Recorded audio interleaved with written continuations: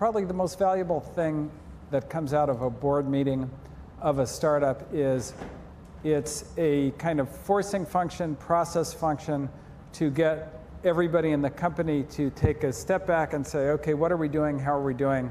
Are we on track? And if you don't have a board meeting, you don't actually ever do that, right? Like you're kind of in the forest chopping down trees, you're in the war, like, you know, shooting the enemy. You're not looking back and saying, okay, is the game plan right?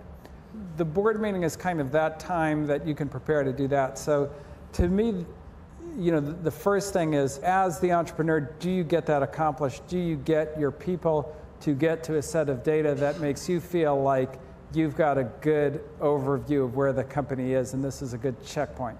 And if you do that and present that at the board meeting and then kind of have time to discuss interesting issues, then you're doing pretty good. Like then you're in like the 95th percentile. And one of the things that you'll notice when you're running a company is the knowledge gap between the people in the company and the people on the board starts out small and gets big over time.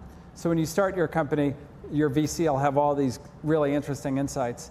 But then when you're like a year into it, and you know every bit of customer feedback, you know the product architecture code, you know like what you can do and what you can't do, and they come in with, you know, out of left field, oh, I think you should put a button here, and it's like, all right, great. So you don't want to put yourself in that position where the board is kind of trying to do the product strategy on what you're doing. Where the board can be useful, though, is what are you not doing? So one of the problems in running a company is you spend all your time and all your energy optimizing, tuning, refining, A/B testing, getting really good at what you're doing. But then there's a whole world of stuff you're not doing, and one of those things may be something you should do.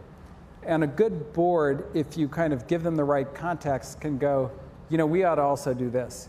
And sometimes it might even be, we ought to buy this company, because like if we had this and that, then this becomes like a real primary company. And if we just do this, then we're going to have to get acquired at some point. And that's a lot easier to see from the outside than from the inside. So there's those kind, you know, you want the right kind of strategy from the board, not the wrong kind of strategy.